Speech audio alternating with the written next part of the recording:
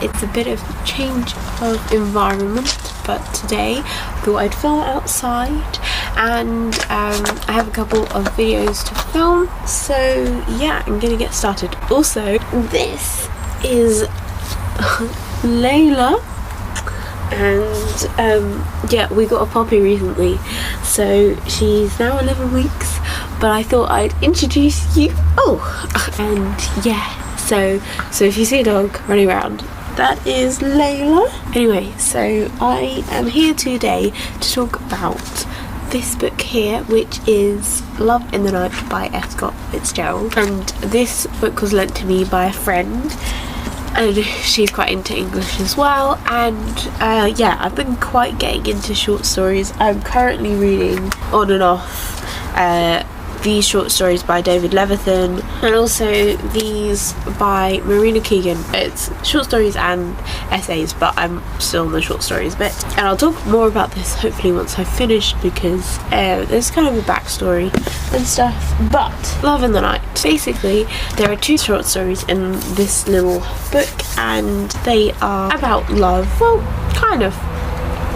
There is Love in the Night and there's The Swimmers, and Love in the Night follows quite a Gatsby-esque character, I feel, because it follows a Russian aristocrat, and he is in his youth and he's always wanted to kind of fall in love in like a spring summer night, and one time he does, and he is like, this is the beginning of all my love experiences in life. Then the Russian Revolution happened. There is no longer the Russian aristocracy, and so he doesn't really have another experience with love for a long time, and so he is kind of longing for the girl that he fell in love with, not only because of the girl but also the idea of love and that kind of thing. So in a way, that's partially what reminds me of The Great Gatsby, because it's not just about the girl, it is about an idea behind the girl and that kind of stuff. That's kind of that short story. And then the other short story is about this American man who moved to Paris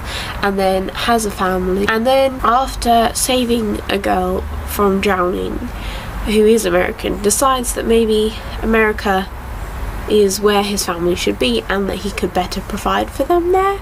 And so he goes off and he decides to move them all over there. And then it's kind of about how swimming affects his life, because yeah, there's quite a lot of drama in such a short story. Overall, my feelings about this book were really positive. I really liked it. As I said, I've been quite getting into short stories, but not only that, I don't know, I felt like I preferred this to The Great Gatsby because short stories feel so different, and I felt like F. Scott Fitzgerald worked really well in a short story.